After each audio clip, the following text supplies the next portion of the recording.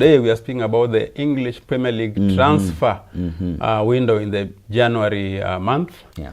Just ended, and Manchester City, big spenders, spent more than the entire 19 teams in the league.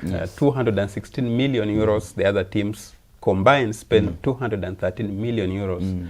A lot of money in the January transfer window. We rarely see this, Mark. As an Arsenal fan, obviously, your Arsenal are linked to Oli Watkins. Didn't happen. What do you make of the transfer window in general? For me, Astonvilla are the ones that have really won the transfer window.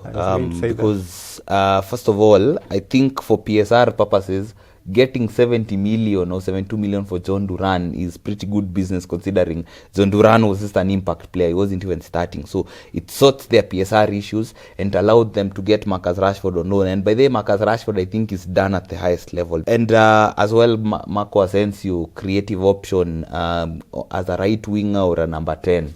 A Spanish international. I think that is good business for them, and it allows them to push on in efforts to try and secure top 4 while going as fast they can in the UEFA Champions League, having made the playoffs. So I think for me, they're the winners of the transfer window. Yeah, I agree with you, actually. Aston Villa are the biggest winners in this transfer window. Number one, they banked over 70 million euros. I think nearly 80, 77. And they are getting quality players, I would say, in Asensio, in Marcus Rashford, on loan. Axel Disasi has also arrived from Chelsea. Yes, exactly, Disasi. And so that adds to the quality that they already have. There's also Delin from Borussia Dortmund that has arrived. So Daniel Malen, I think Aston Villa have had a good window. And now the pressure is on Unai Emery to try and get top 4 again. Yes. And get to the quarterfinals of the Champions League, because they're already in the last 16. Yeah, exactly. Personally, I don't think you can say any team had a worse transfer window, because, like I said, I know people will say Arsenal, but you'd rather wait till the summer to get Isak or Šeško rather than sign Alvaro Morata or Lee Watkins in January. That doesn't make sense. So maybe on the balance of play, you might say Arsenal are the biggest losers because they didn't get the striker they wanted. But if you look at things in the bigger picture, you'll see it was sensible. Liverpool also, I don't think, needed to sign anyone. They didn't sign anyone in in the summer apart from Federico Chiesa, and they are top of the league and flying. So for me, not signing for the sake of signing in a way is winning the transfer window for me. So and Manchester United did get the left wing back that they wanted. So I don't think anyone really had a bad transfer window for me.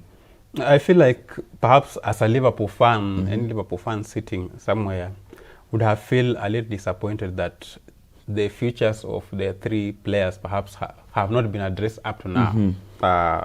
Alexander-Arnold, Van Dijk and Salah, those are key to their project, and their contracts are ending at the end of the season. Perhaps they would have had good news that they have signed, or 2 of them have signed in January. And that gives them an opportunity to look forward to more of that quality going forward. Now that they haven't had that news, they go into the second part of the season a little uncertain, even though they are top of the league. So I feel like as a Liverpool fans perhaps may feel disappointed in terms of the transfer window. Not because they didn't sign, but not because they didn't get the news about their key players who are out of contract. In terms of Manchester City, I think they were desperate. I think at the moment things are not too rosy. They've suffered from a myriad of injury problems, including their most important player, that is Rodri.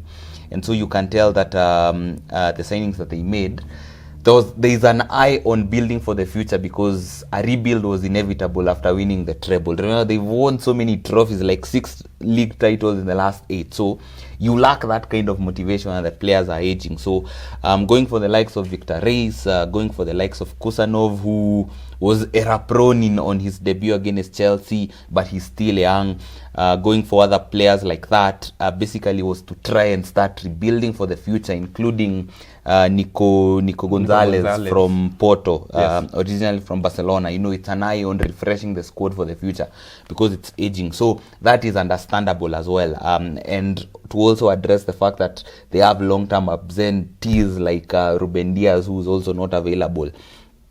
The fact that they let people like Kyle Walker go, you see, they're refreshing the squad while trying to, how do I put it, to replace players who are injured at the same time. So I think it was necessary, and maybe it could help them if they gather momentum. I know they've not been getting good results, but somehow they are on 41 points. They're only on like 3 points below Chelsea, so they could still get top 4 despite their bad season. So I think it was understandable on City's part, and hopefully maybe it could help them see through the end of the season before they continue rebuilding for next season. Yeah, and I think before the window opened, we were speaking about what Manchester City need, and we said a central midfielder is crucial, given the injury to Rodri, and Gonzalez has come in, obviously perhaps to address that issue.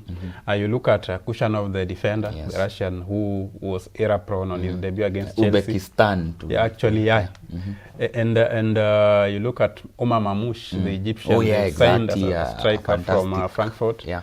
Then I think Reis from Palmeiras, central defender. So 2 central defenders, a striker, a central midfield. Do you think maybe now this addresses the problems that Manchester City have? Yeah, maybe, but you know, for them it's also going to take time to gel and adapt. I already like the look of Omar Marmoush. Hopefully maybe these new signings could refresh things for City, and maybe they could finish in a respectable position, which is to get into top 4, because I think the league right now is a long stretch. I don't think they will. So this is basically a pre-season for them, but by next season I'm sure they'll be back. Yeah. Right on cue, starting from where I just left, Arsenal. We expected some activity. We said they needed a striker. Of course, they went in for Oli Watkins just a few days or a few weeks after he scored against them. Do you think Arsenal maybe waited a little too long to go for him? And is he a player that would have helped them? First of all, of course, it's clearly obvious Arsenal needed a striker, especially after Gabriel Jesus suffered a season-ending ACL injury.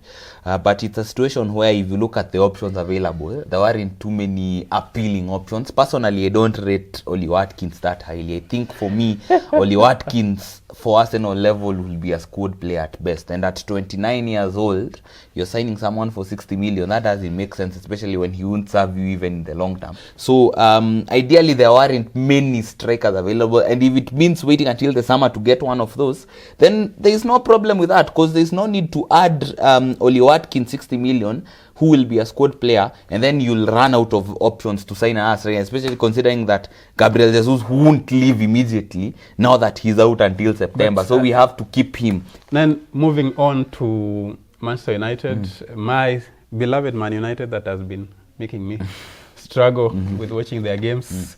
Didn't make any signings apart from Patrick Dogu, who came in wing back from Lecce, one of the so-called young players that are set to develop.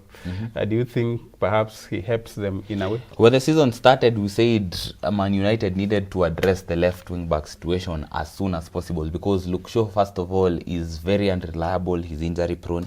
They needed a left-back as soon as possible, and possibly they also needed another midfield general. But I think signing Dogu is a step in the right direction. Yeah, as Mark has put it, United needed more, but they didn't have the money to sign the players they needed. I think they need to sell before they can sign some players. And Amorim has been very stubborn. He's wedded to his back three. He's not willing to adapt to the squad he found, and he's also finding it difficult. So I feel like it's going to be a difficult period until the end of the season. Hopefully they get to the 40 points. And that's how we end it. I've been discussing about January transfer window. And my name is Joel Omoto, long-suffering United fan. And Makinyanji Kinyawai. Yes. Till next time, guys. Till next time. See ya.